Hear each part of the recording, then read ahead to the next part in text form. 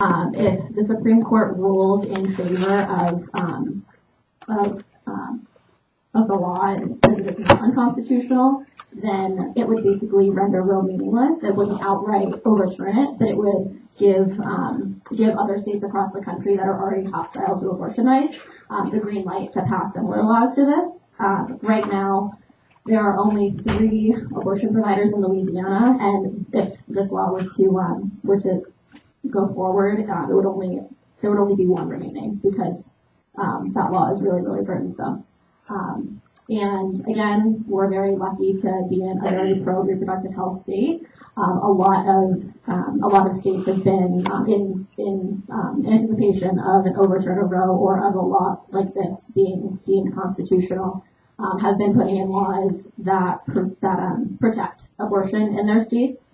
So we were happy to pass the Reproductive Health Act only a little over a year ago on the anniversary of Roe versus Wade. So we're happy about that, but we're very worried about the country and about what that looks like in terms of abortion rights. And I will let Sam come on. I think Haley brought up a lot of really great points. Being in New York, we are considered what's called a safe haven state. There have been several other states such as Vermont, Virginia, California, Maine, that have started passing similar laws to a Reproductive Health Care Act that does protect abortion access right should Roe v. Wade ultimately be overturned. There are a lot of Midwestern states that are really struggling to keep their doors open. That ranges from Ohio, Alabama, Georgia. Some of them have tried to pass what's called the heartbeat laws, basically stating a woman who is 6 weeks or over, it cannot get an abortion once the heartbeat starts. That is very alarming because 90% of women don't even know they're pregnant until 6 to 8 weeks. So really, they're just trying to find ways to really infringe women's rights. We are looking towards, over the next year, to prepare for an influx in out-of-state patients and how we're going to make sure that they have transportation, that they have access, and doing what we need to make sure that we're serving our communities, and not only our communities, but those who are coming from out of state. These laws are extremely alarming, and they are scary and things that we didn't think that we'd see in our lifetime. I know I was at a rally probably 8 months ago, and I was speaking to a woman there, and she said, "Are you as outraged at this?" Yes. She said, "Are you as outraged about this as I am?" And my guess is she was in her 50s, 60s, and she said, I was there when Roe became a law. For them to be stepping on this again, it is completely unethical, unconstitutional, and it really just diminishes everything that we have done over the past 35 years. So it was really powerful to kind of hear from her, to hear how she has seen this come into law and how she has seen this grow, and really to kind of be taking so many steps backwards. No one should be forced to do anything that they do not want to with their body. And the government has no place in healthcare. This is a simple healthcare procedure. This doesn't even have to do with it being abortion. This has to do with having access to basic women's healthcare. I will just say one more thing because I could answer this question for the next half an hour. But I want to make clear that we are not representing the plaintiff in June Medical Services versus Russo. We have filed an amicus brief on that case's behalf, and the attorney for the plaintiff or the organization is the Center for Reproductive Rights, which is a very strong coalition partner of ours. And one of the really important things to remember as we're talking about this case is if we rally in 2020 and rally in general about voting out people who will put Supreme Court justices like the conservative ones on the court and other judges across the country in the federal courts will have a lot more power. So just a reminder to be mindful about elections that are upcoming, because this is how we really get back to where we want to be. I don't have as much intelligence to offer on this, but I just know that on campus especially, there's a lot of things that we can all do. Like, if people are registered to vote, if your district at home isn't as of a competitive district as this one is, it's really important to register to vote here, so that you can participate in the important, not that all elections aren't important, but the ones that really matter right now, which are the more competitive districts. So that's something you can do on campus, and also just tell your friends, and don't just come to these types of things and leave forgetting everything instead. Remember everything that we all talk about, and about these types of issues that are really important and they're not talked about enough on campus. Yeah, so thank you for mentioning the trap laws that are being passed nationally, and the fact that we're a refuge state. I've heard that that means that some of our clinics may need to be along the border of various states, and to make Planned Parenthood services more available to folks across the country. We also have a LaGuardia clinic. I don't know if you all know about that. You can fly in and out from another state and have access to that. So the refuge state, I don't know if there's anything more you want to add about what it means to be a refuge state, but we'll get into specifics too about other things. But if there's anything else you want to add at this moment. Okay. Well, let's get more local. In the Utica area and the surrounding area, we have a big refugee population. So what does it mean to do this type of work with the various refugee cultures and communities that exist? Okay. And Sam, you mentioned 3 clinics. So you're working at Utica, Saratoga, and Utica, Roman, Oneida. Oneida. Okay. So with our 3 clinics, how many here are familiar with the Utica area and the Utica population? Okay, a couple. For those who don't know, Utica has 11% of its population are refugees. That is one of the highest in the countries, in our country, excuse me. We see a very high population of Burmese, Bosnian, and Somali Bantu tribes, which means that we often see patients that have language barriers and knowledge about their own bodies, because in their cultures, a lot of this is not open for discussion. So we do have to continuously change how we are educating our patients and how we are presenting information, because never do I want someone to leave our clinic saying or thinking, I don't know what they just told me. I don't know how to take my birth control appropriately. I don't know what this means. So we are continuously altering our language and our lingo to make sure that we are meeting the needs of the vast differences in populations that we see. We do have language lines that we utilize. It's called Cyricon. It's a really, really awesome tool.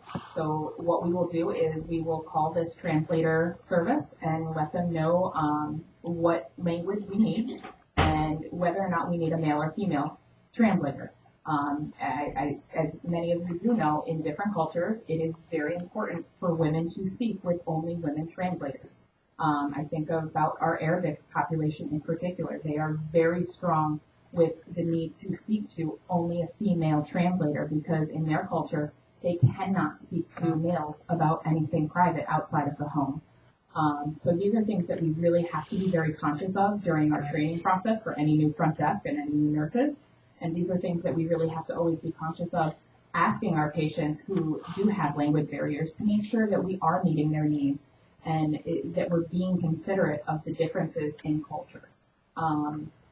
Sometimes it can be very challenging, but we definitely, if if one staff comes out and they're like, you know, I'm having a really hard time communicating with this patient, whether it's because of just a difference in education, sometimes just switching out the nurse or the provider to give that different point of view is really important and critical to the care that we give. Yeah, that's great. That's great. And of course, you can follow up on any of these things in the Q&A. We're trying to give you an overview here. I know, and these are things that, as well as Kaylee said, you know, I mean, these are things I could definitely go on about.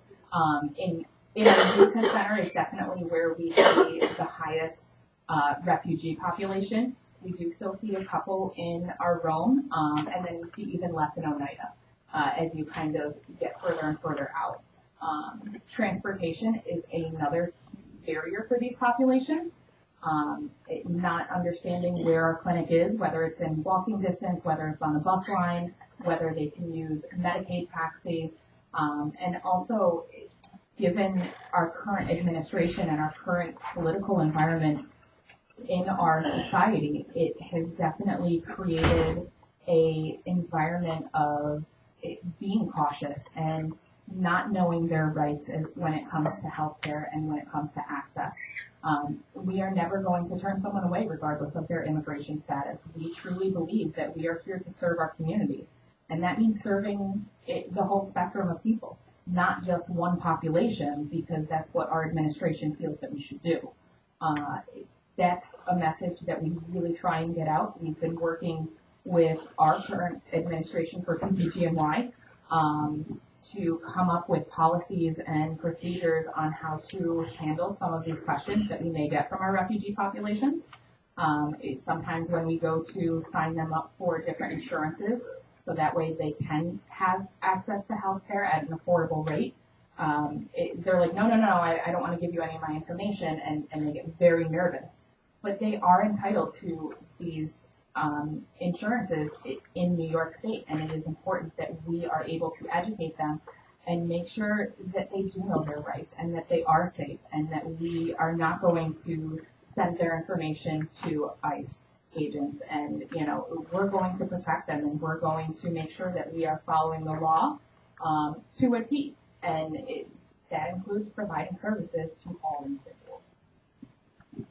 So speaking of providing services across diverse populations, can you speak to trans-identified populations and what Planned Parenthood offers? Because this is one of the lesser-known things, I think, sometimes. Absolutely. So I'm still really excited about this. Trans care, especially again in Utica, being kind of the biggest city in Oneida County, trans care is something that is still very much up and coming, and we are very proud to have several of our providers who provide trans care in the Utica office. One of our NPs, her name is Marguerite, she's absolutely wonderful, and our patients love her, has a very high following for trans care, and that includes hormone replacement therapy. Because we are also their primary care provider with that service, we do also offer behavioral health, which has been, again, a wonderful support for our individuals. There is what's called the Q Center in Utica that we do work very closely with to get referrals for support groups and educational opportunities. One of the things we are looking to start within the next year, we're just trying to kind of get through our merger into PPGNY a little bit more, but one of the things that our social worker Mary and I have really discussed is starting a support group with our trans population because there's not enough services. The Q Center, typically their support group only goes up to 29, so we're trying to really create more outreach. And I think our communities are also really kind of starting to grab onto this idea that it's okay, and it's okay to be a part of our community and not have to keep things quiet and be loud, be who you are. We've worked with, Kaylee and I actually did the LGBTQ Pride Parade event that was at NBCC. And that was the first one that had been held in a while. Yeah, it was the first one that had been held in Utica, and Rome, New York also had their first Pride event this year. So there's some really exciting things happening in our community, and I think that just shows that people are becoming more educated, they're becoming more accepting, and that starts with conversations, and that starts with making sure that we are being present in our communities and that we are doing our best to support our patients and get our patients the resources that they need to thrive. Okay, then another question about working for Planned Parenthood or with Planned Parenthood. How is the work anti-racist?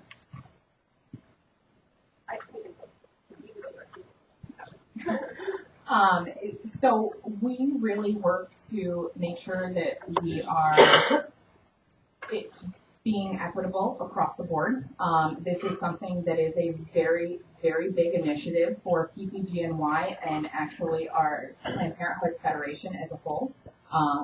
We are looking to get our biases out of our healthcare system because, as we all know, there is definitely a disproportion of people of color who are not having access to healthcare services.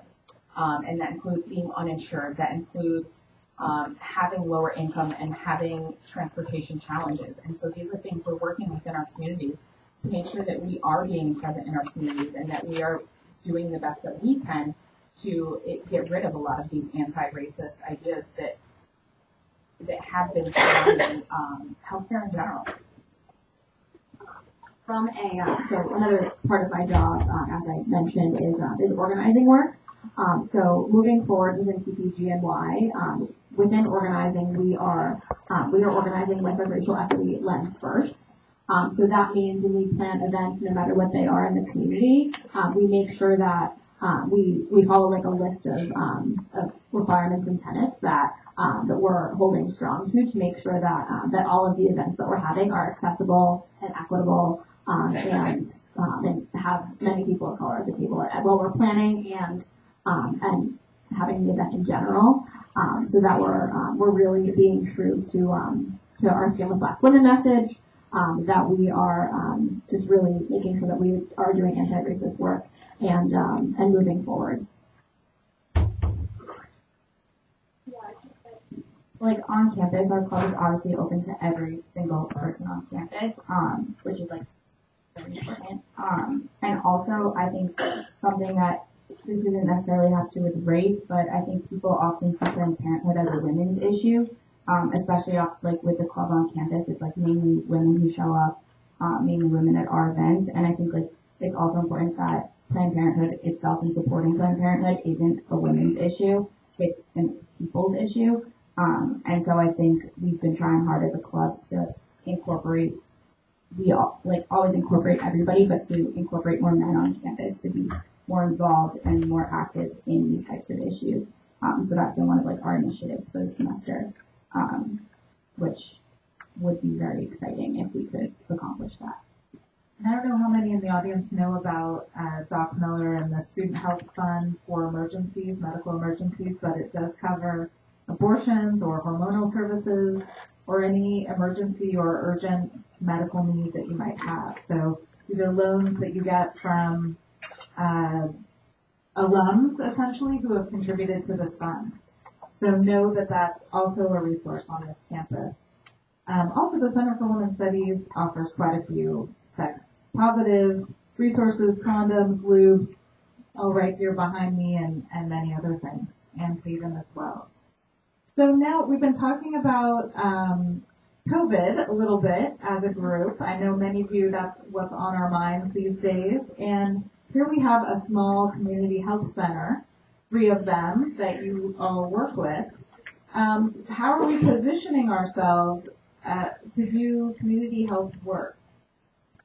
I know you all are primary care providers for many people in the community. So what does this mean when we have a global pandemic? Well, this is still very new to us. Again, we started primary care just about 2 years ago, which is still a very big hidden secret in the Utica, Rome, and Oneida counties. which is super frustrating because primary care is definitely a needed service.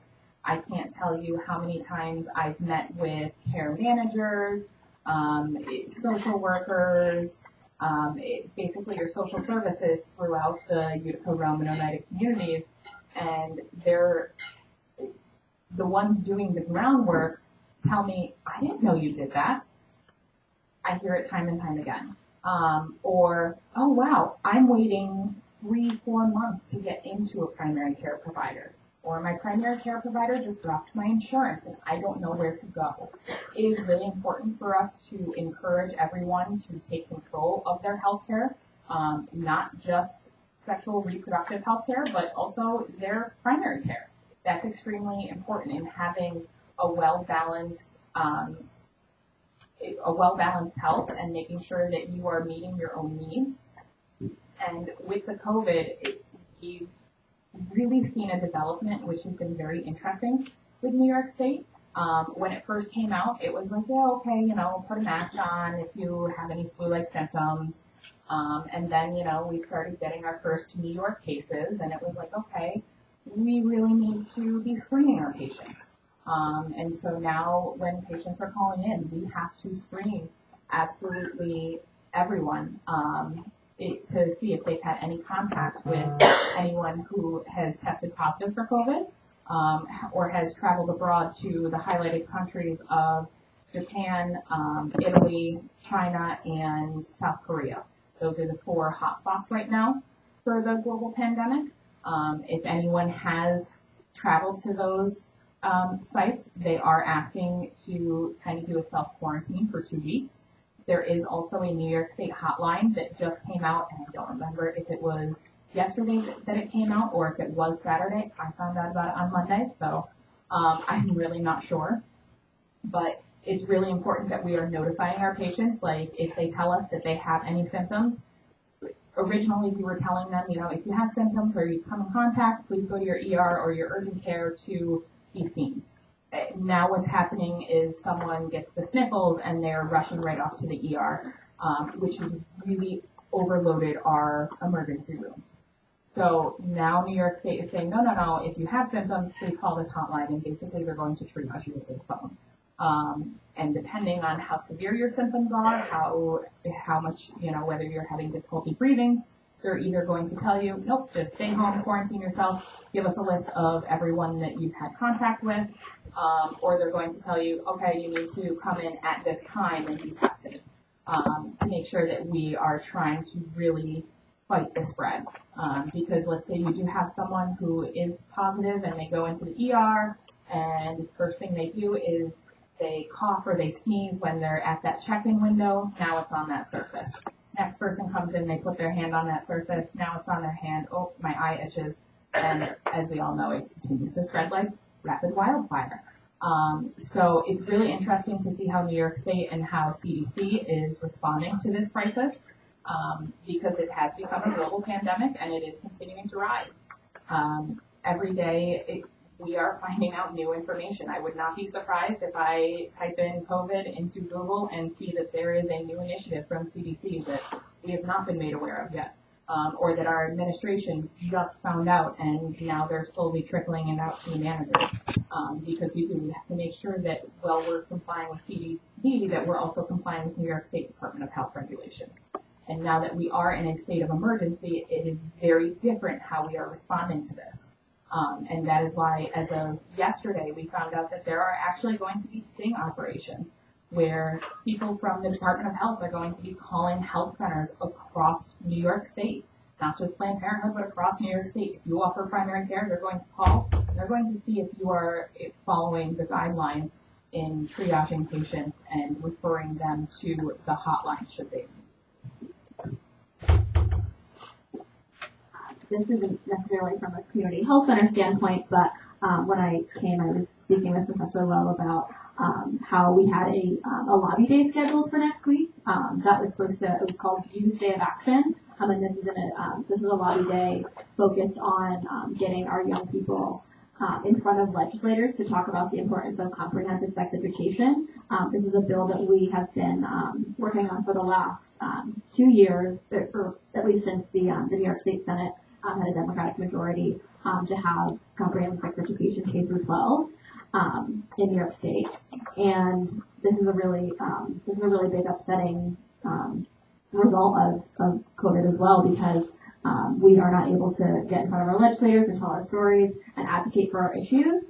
So I predict that a lot of our organizing and lobbying efforts will maybe turn to more like phone calls than going and lobbying in person. I also heard that like some legislators are deciding whether or not they want to go to session because of this. So this has a real effect on like political and organizing efforts as session goes forward and as this virus spreads.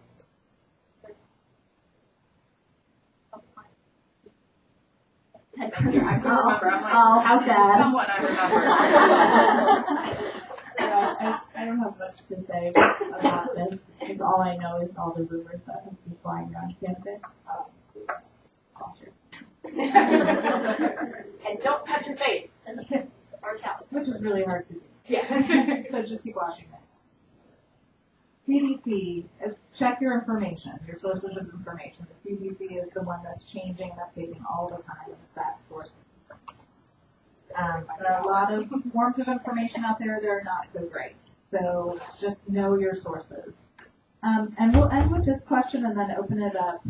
The last question is fitting in light of what we just talked about. How do you do self-care as a healthcare provider, an activist, an advocate, and leader? And how does the organization prioritize that, if at all? And maybe something about how you landed at that organization. Kaylee, you were saying something about your major and how that led to things. Sure. So this is kind of a tough question for me because I kind of like run on this stuff. So I think when it comes to self-care, I really have to, for me personally, I really kind of have to disconnect from this work when I get home. I find that if I allow myself, I'll like go home and read about it. I'll read like Bad Feminist or like a book by Sister Richards. Like I'll keep doing it until I kind of burn myself out. So I think that I really just have to take a break from all the politics and all of the reproductive rights and justice work at the end of the day. And go home and like watch Netflix. That is not reversing Roe.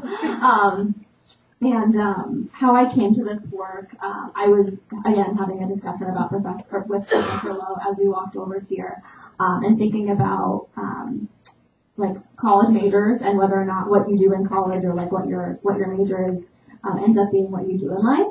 And for a lot of my friends, that is not the case. And for me, that is like exactly the case. So I was a political science and women's studies and actually a philosophy major as well. When I was an undergrad, I graduated in 2016. And it really is exciting to have the work that I do and the work that I'm so passionate about and believe that I'll do for the rest of my life be pretty much what I did in college. I mean, this work really fuels me. I believe, like as a feminist and intersectional feminist as well that this really comes down to self-determination and what we're able to do with our own bodies in this country and this world. And I think it's about patriarchal control of women, so and all people. So I think that I'm not that great at that, but I know that during a lot of the campaigns that I discussed, like June Medical and around the Title 10 domestic gag rule and other priorities that we may talk about if someone asks about them, that PPFA will send out a lot of different guidance, like a self-care packet that'll have different suggestions on like how to practice self-care. To disconnect, to be with friends, to just relax and take some time off if needed. I am very lucky to have a pretty flexible schedule, so I can work from home a lot. I actually live in Schenectady and I'm out here today, so I have the ability and flexibility to do that. And I believe that we have a pretty strong like PTO policy, and that it's definitely recommended that we take it as needed. So I think that that the organization understands how tough this work is, and I believe that the majority of people who work at Planned Parenthood both at EPGNY and nationwide, do it because they love this organization and this work. So it's very important for the federal agencies to make sure that their staff are taken care of in all ways. I'm going to start with the latter question of how I got to the work that I did. So I am not like Haley. My undergraduate degree is actually in environmental history. I am, I think, one of 5 in the United States. Not a super common thing. And my environmental history professor kept asking me, what the hell are you doing with your lifespan? Like, I don't know, I just like it. Not a great answer. Hindsight's always 20/20. I always swore to myself that I was not going to go into human services and social services. Because at the time, I was that rebellious teen and I didn't want to follow in my mother's footsteps. My very first job out of college, however, was in human services. And now I look back and I'm like, wow, what a spoiled person I was. Because I will be extremely lucky to even be half the woman and the leader that my mother is. She's an executive director for a very large nonprofit organization and has definitely always pushed me to put my best foot forward, and to always serve others and to make sure that we are looking out for people, and not just our own self-interest.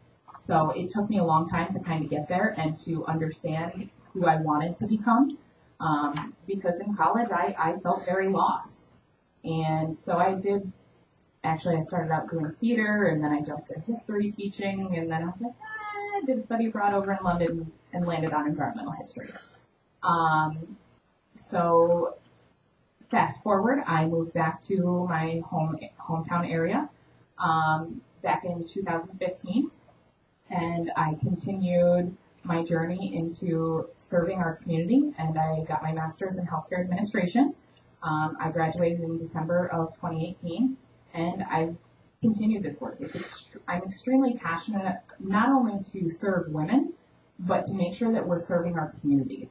I am one who truly believes that if you have the ability to make a difference in someone's life, we have the obligation to do so. Those with the power and the authority and the ability to make a difference really need to step forward. In a world that can be so incredibly cruel, unjust, and unfair, it is important that we make sure that we're staying true to those things, and that, once you do find yourself, that you're staying true to that, which leads me into my self-care. I could not be happier or more humble to be where I am today, to be doing the work that I am doing. There are definitely days where I leave work and I'm like, oh my God, I don't know if I can go back. But those are the days where I have to put it aside, because those are the days that I go home, I take a deep breath, and I go to bed, and I let it all go. And then the next morning I wake up and I go back and everything is so much better, because hindsight's always 20/20, and it's really important to be able to take that step back. I am very, very, sorry, word there,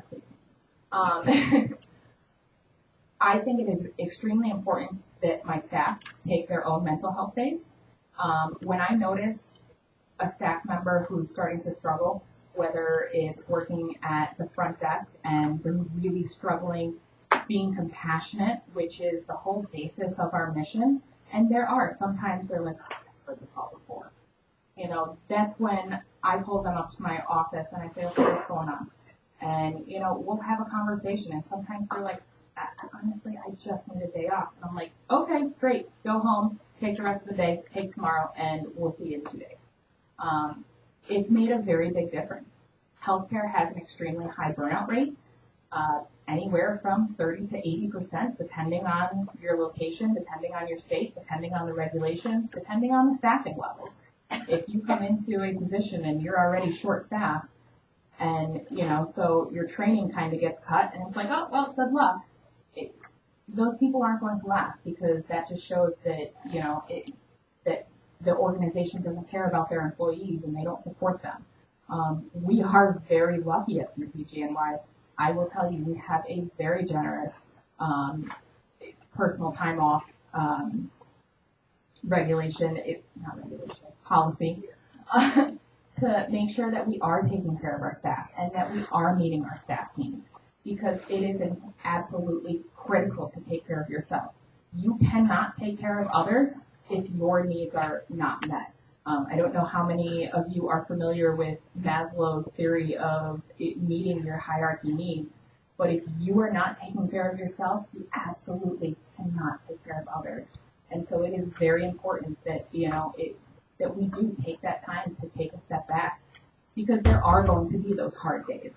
That is going to be in absolutely any field. You're going to have those days where maybe you encountered a patient who has a really heartbreaking story.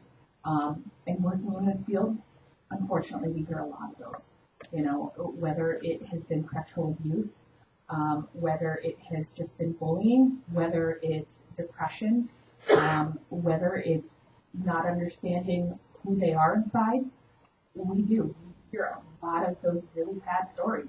Whether it's something totally personal and they went out to a party and made a bad decision and just are really struggling accepting it. There are days that are always going to be harder than others. And it's important that you have a strong support system. It's important that you can recognize it, and it's important that you take a step back when you are feeling that way, so that way you can continue to meet the needs of our patients, the needs of our communities, and your own needs. So I've been involved with Planned Parenthood on campus since probably my freshman or sophomore year.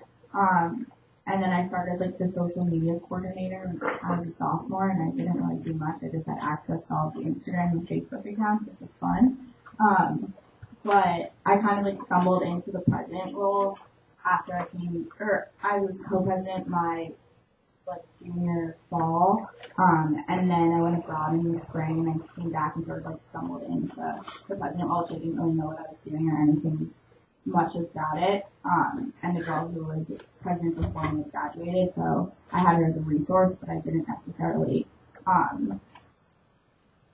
know exactly what I was getting myself into. But it's been a really fun experience, and I think that over these 2 semesters especially, I've watched the Planned Parenthood Club on campus grow so much and do so much more than I've seen it do in the past, which has been really exciting and really fun to be a part of. I've had so many people come up to me and be like, oh, I didn't even know there was a Planned Parenthood Club on campus. And I feel like we've sort of gotten our message out to so many more people, which has been really fun and exciting to watch. And now I get to know all of you guys that you guys can all join Planned Parenthood Club. We do bi-weekly meetings, and we sort of talk about current events and stuff like that, but we also talk about events that we want to host on campus. So a lot of our past meetings have been very logistical, being okay, we're going to do this on this day, and you contact these people, and it's been a lot of planning to sort of get our message out there, and get campus support for women's rights, which has been very exciting. So if anyone wants to reach out to me afterwards, give me your email or anything like that, and be on the distribution list, I'm so happy to add you, because we're always looking for more members. And yeah, Or you can email Rachel at Rachel Berg. Yeah, rberg@colgate.edu. You can just email me. But yeah, I'm not very good at self-care. Like Kaylee said, I just sort of when I'm stressed, I stop doing whatever I'm doing, and then and I'm okay, I need to stop looking at that and take a nap or something like that. But yeah, join Planned Parenthood. It's really fun. Just because, Rachel, you brought up a really good point about how so many people don't know the services that we do offer. I want to make it very, very clear that because you guys are Madison County, we are in our Oneida Clinic. We are what's called the Madison County STI Clinic, which means should you not have insurance, you don't want to use your parents' insurance because you want to remain confidential, we can do free STI testing. The only requirement is being a Madison County resident So, using your college address to make sure that you guys can come in. Or should you have no income, we can sign you up for different insurances, whether it's Family Planning Benefit Program, we call it FUBA, or Medicaid for pregnant women, which does cover cost of abortion. There are definitely services that we can assist you with. Our goal is to provide our patients with the highest level of coverage that we can get them. So that may be helping you sit down and sign up for the New York State insurance or signing you up for Medicaid programs. It really depends on your income level, location, and things of that nature. But definitely, please make sure that you're calling, make sure that you are going to get checkups, because it's really important that you do take action for your own health care. From a student's perspective, I think this is so exciting to hear, and really important to know. So, also Plan B, you can get from Planned Parenthood, for $4.50, which compared to $50 at Kinney's is very significant. Also, from a student's perspective, I've been to the Planned Parenthood in Oneida and I spent a bunch of friends there, and it's honestly what you're saying before about everyone being compassionate there, people just raved about how going there is just such a welcoming community. And I think as students, where these topics are still uncomfortable for us, it's so important to be able to go into this setting where you feel comfortable and you're able to talk about these things in a non-judgmental way. Whereas I know going to the health center can be intimidating. You could bump into people and it's could be an embarrassing, awkward situation where going to Planned Parenthood is so much easier. You can even men can go to Planned Parenthood as well, which is also so important. So if a man needs an STI check, they can go to the Oneida Planned Parenthood and they don't need to pay for it, which is also so it's nice. And also you don't need to tell your parents, which sometimes that can be an awkward stigmatized conversation. So from a student's perspective, I think that these things are so important to know and to tell your friends about so that people are aware of them. All right, let's thank our panelists. Now we'll open it up to questions.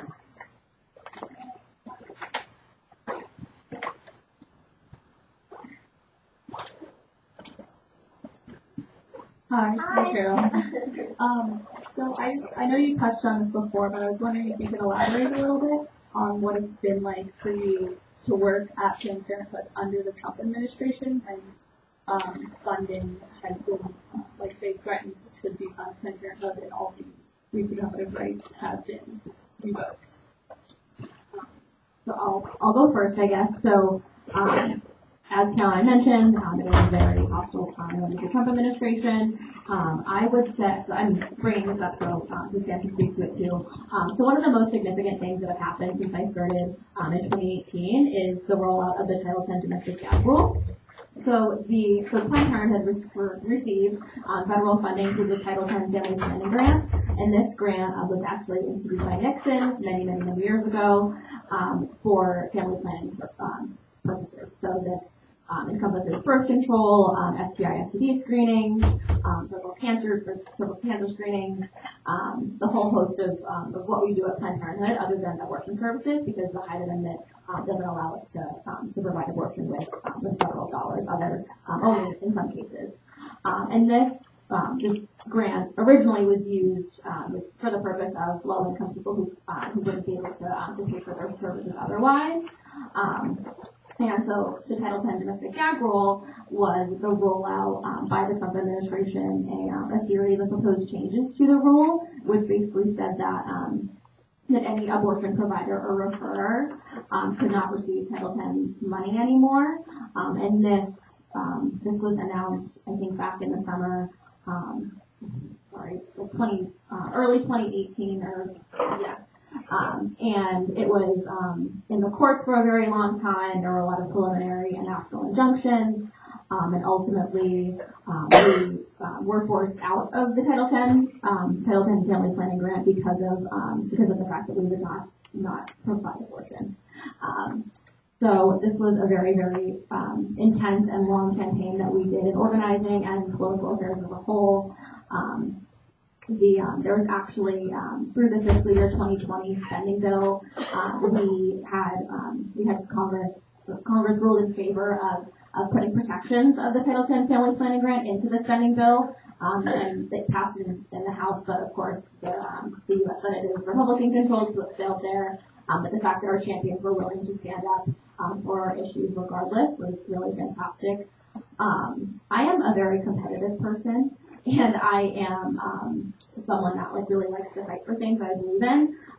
So although it's absolutely terrible, beyond, I can't even explain how terrible it is, and you all know what it's like living in the Trump administration's time right now. But I think that it really kind of makes me want to fight harder and makes me want to do my work even better because if I don't, then we'll have 4 more years of this. So that's a pretty terrifying concept. I talked to Rachel about this, and this is a mini sidebar, but anybody that's graduating in May, I highly suggest considering working on a national campaign, or any campaign in general in 2020, because it's a very rewarding experience, and that's really what brought me to Planned Parenthood as a whole. I was a field organizer in 2016 for the Clinton campaign, and I was so energized and excited by organizing in general that I wanted to do more of it, but I didn't want to be jobless on election day after the campaign was over. So that's what brought me to organizing at Planned Parenthood, and the rewarding nature of the fact that I get to do organizing for an organization that I truly believe in more than any other is really, really powerful. So I think just working for the future and working with 2020 in the very front of my mind is kind of how I get through it. But I will let Sam speak to that in a health center perspective. I just want to say that's a great question because there have been a lot of challenges with how we navigated pulling out of Title X. As Kaylee highlighted, we did pull out of Title X roughly June, July 2018. And that is definitely still fresh in my memory because it was chaos for a little bit. We really wanted to make sure that we continued our mission of providing women with low income who have low income with services to make sure that they can afford their birth control, to make sure that they can afford Plan B, and that there was no lapse in this. So as preparation for that, we actually purchased several different methods of birth control at market rate, which is extremely expensive. For Nexplanon, for example, which is the implant that goes in your arm, one of those costs over $900. It's insane. Yeah. So it was really important that we made sure that we had stuff in stock that we could provide women with, so there was no lapse in service and there was no lapse in supplies.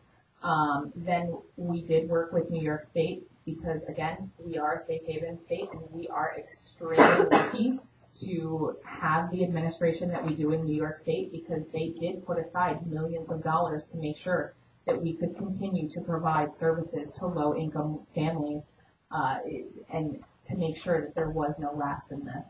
But it came with a lot of challenges. We had to make sure that we were navigating, what was considered our 340B stock, and our 340B stock was our birth controls that were under Title X, and then we had to separate our 318 stock, which are non-Title X birth controls that we were able to get through New York State at a lower rate. So these were things that were really important in order to continue to provide services that we had to navigate, and how we had to label our different birth controls with big neon stickers that say 318, so that way we can prove to the state, no, we did not purchase this under Title X money, so therefore we can distribute it as needed. We had to really look at a lot of different things, and it was a little bit of a scary time and a time of transition, and we were concerned that we were going to be audited during that time in particular. to make sure that we were compliant with all of these things. So when we made a switch, it had to be done pretty much overnight, and it was me and fortunately my assistant manager, who is absolutely incredible, and I would not be able to do everything that I do without her. We really worked hard to make sure that we got all of our inventories in, and that we got all of our final counts to show, like, okay, as of 4 p.m. today, we're done with 340B medications, which again, 340B is the Title 10, and here's our inventory, and here is every single lot number, and here is every single expiration. I mean, it was a challenging time.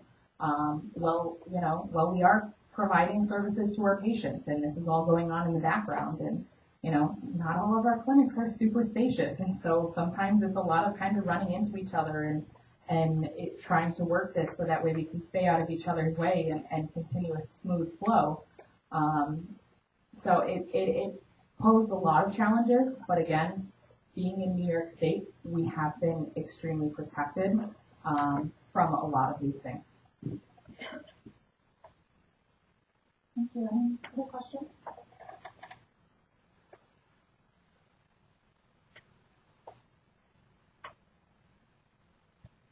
I have a question if no one has. Sure. So you mentioned that you do a lot of work with different marginalized communities.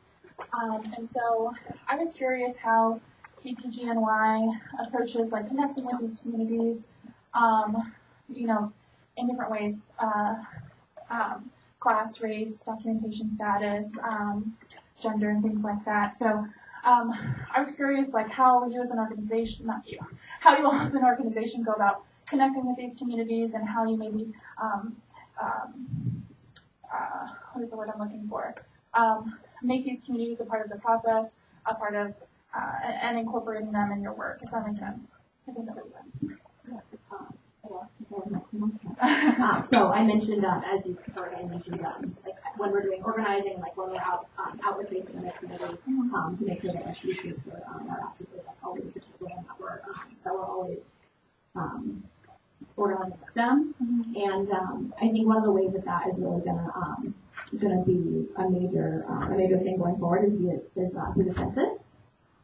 So in order for Planned Parenthood to help with census work in 2020, we really have to work with other organizations and coalition partners in the community that are trusted communities in order to be able to either like knock doors or get this information out. And I think that's really, really important. We also have, through our education department, I wish that another person was here from education, but we have our team here, educators, in the Schenectady County, in the Schenectady High School, and these team peers are funded through the state. They are here for the purpose of through a grant for it's called the CAP grant in New York, and that grant is for community or for counties across the state that have the highest rates of teen pregnancy. And so our education department works really closely with these teen peers to get a lot of information about sex education and all of that, so that the teen pregnancy rates really go down and show that they have, which is very exciting.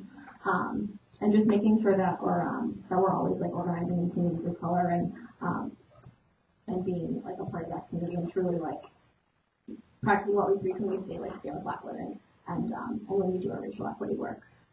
There was a conference a few weeks back in New York City that I believe that we either facilitated or helped facilitate. I wasn't able to go, but it was called Reviving Radical, and that was a space and a day for really thinking critically about the truly dark history that Planned Parenthood has with people of color, and really having a day of healing and a true conversation about what that looks like and how we're moving forward, and really leaning into that messaging. And just to really kind of expand on what Kaylee just said too,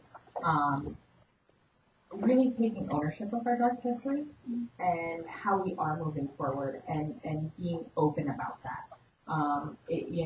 Yes, there are some shady things that were done in the history of Planned Parenthood that we're not necessarily proud of, but looking at where we are today and how far we have come, but yet recognizing the work that still needs to be done, and recognizing the fact that there are still so many inequalities that occur in the United States with healthcare and women's healthcare, and particularly women of color.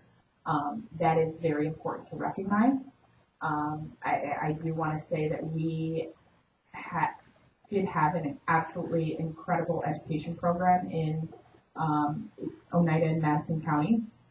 Unfortunately, we did just lose our 2 educators, so that was a very, very big hit to us. We are actively looking for educators to come on board, and they do a lot of the outreach. They're going to different community organizations, whether it's the Refugee Center in Utica, or YWCA, or just knocking on doors of colleges and saying, hey, do you guys have any events coming up? Can we speak to different populations? Can we hold a conference to discuss the services that we offer? Going into the schools, doing sex education. There are several schools in the Utica community that will not allow us in their doors, and actually prefer that CareNet comes in. For those who don't know, I know. Might as well mention what CareNet. So for those who don't know, CareNet is what's called a crisis pregnancy center. These are also known as false health centers. We have one right next door to our Utica office. They basically pose as a health center and, put free pregnancy testing to get women to come in. It makes it look like it's Planned Parenthood, and, should a patient walk in, even if they do not know that they think that they're at Planned Parenthood, these are centers that will pretend that, oh, yes, yep, you haven't, yep, we see your information right here. Come on back, come talk to us. And they really work on convincing them against having an abortion. And should the woman say, no, this is still what I want, they'll force them into watching a video. They'll tell them, oh, we'll help you with cost of diapers. We'll help you with child care. We'll help you with XYZ. And a lot of these are very, very false claims. They're really dangerous centers, in my opinion, because they spread a lot of lies, to be perfectly blunt. They just spread inaccurate information. We actually did have a patient that went to CareNet on accident within the past year who was pregnant and did want to come to us for an abortion. She called us after that appointment. She called the contact center and said, I don't know, where I went, and I don't understand, what happened. And then we realized that she had gone to CareNet. So I called this person and I was like, we're not at a Planned Parenthood clinic. And she had a really hard time comprehending that, because they do look like medical professionals. They wear their white lab coats. They're very sickly sweet, and we see you. You have an appointment right here. And it can be a very scary thing. So those are things that we definitely that works against us, and they really try and spread untruths to convince women, like, no, you need to have this baby, when in fact it's not their choice. And one of the things that has always resonated with me is, looking at our legacy affiliate email, we were PPMH choices, because it is all about choice. It is your choice, not mine. It is about what you need to find that's right for your life at this point. And again, I said it earlier, abortion is a perfectly normal healthcare procedure. So these crisis pregnancy centers, they are all over the country, and they typically try and set up shop right next door to either a Planned Parenthood or even a private abortion provider. I know that we're over time, but I just wanted to say an important thing about CPCs. So there is a bill that we have been working on in the New York State Legislature this term, or this session. It's called the Limited Services Pregnancy Center Study Bill. And this bill is being sponsored, Assembly Bill 8212, and it's being sponsored by Assemblywoman Glick, and it's Senate Bill 6311, and it's being sponsored by Brett Hoylman. And this would be a comprehensive study and look at what these CPCs, or like I said, limited service pregnancy center, which is what we're trying to start to call them, because crisis pregnancy center doesn't really encompass what they are. Neither does the new one, but we'll take what we can get. And this was, the Department of Health would conduct a study on what these centers look like, how they operate, how they hurt women, how they're biased, opinions, truly opinions, and guidance, either sways them one or the other, or how this impacts pregnant women in New York State. And we're really happy to be working on this bill. As Sam mentioned, Karen, and I know that some of you are kind of touring it tomorrow or going over there. So that's one example of a CPC. But another example is really creepy vans that'll park behind the City Health Center and give out cards and again try to get our patients to go into the van. And of course it sounds super creepy, right? I'm saying your faces. But they'll really give a $50 Amazon gift card or something like that to coerce them to come into the van and get their services instead of ours. So another reason for the study bill is seeing how inconsistent these things look like across the state, because they don't all look like CareNet. Some of them look like what I just mentioned. So that study bill is really important, and we're really hoping to get it past discussion. Yeah. Sorry, I just I apologize, I didn't know we're over two, but I just kind of wanted to backtrack a little bit because I kind of got off on a tangent with the CPCs. But just to continue to answer your question about how our presence in the community, we do also have what's called navigators, community navigators, and I just really wanted to mention that because that's an important piece of our community education. We have this person who basically is dedicated to doing community referrals and doing insurances to our communities. It doesn't matter whether it's the refugee population or whether it's just our day-to-day patients that are coming in. So our navigator in Utica, her name is Katie. She's absolutely phenomenal. She can do all insurances from ACA to MPW to FOBA applications, and so it's really important that we try and kind of screen patients to see if they need her services. Katie will connect you to services such as housing or food banks and things of that nature. And I know that everyone has to go, so I'm going to stop talking. All right, we know you'll stick around, so thank you all. Yeah, thank you, everyone. Folks that are still here, if you could help stack chairs. I wouldn't stack them too high until we get the rollers out. But thank you all so much for your help. Thank you so much.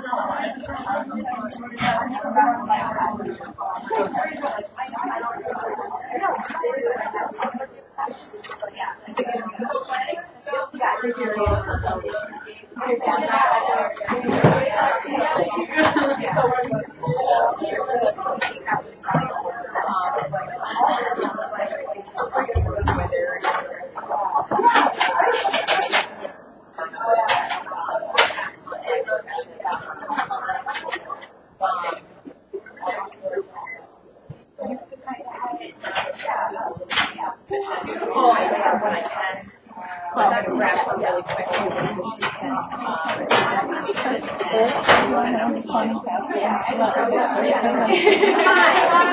well, I did.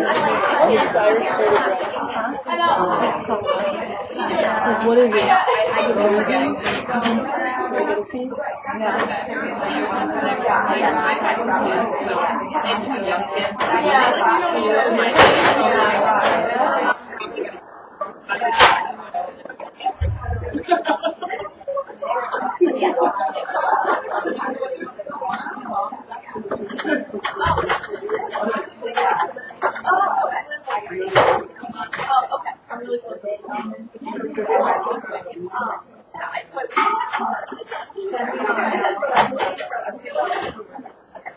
I may have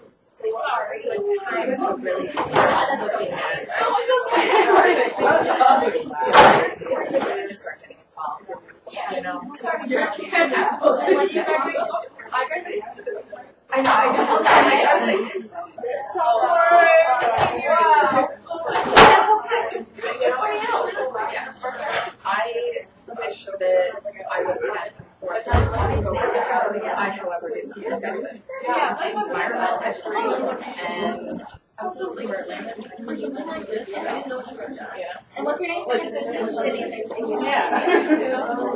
And whenever, like even if it's like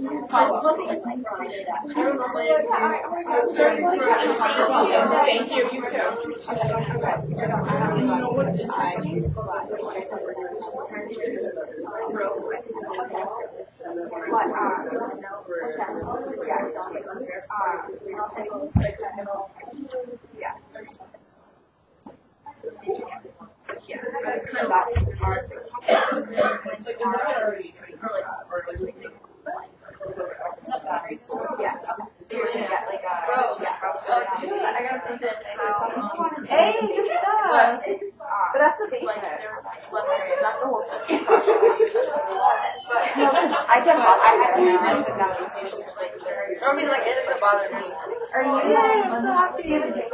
I'm gonna get a show. I don't know how.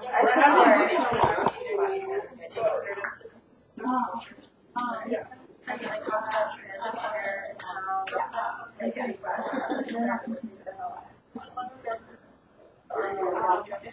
Just boarding. Oh, good. It's fine.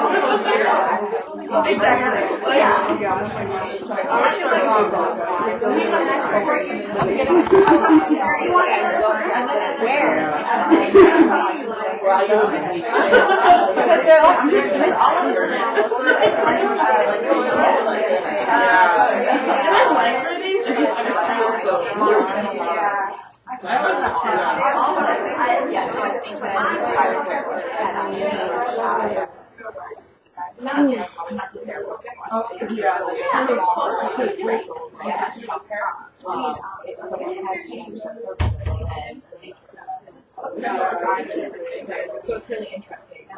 You guys, you know where the table was? The one that Oh, okay. I was like, yeah.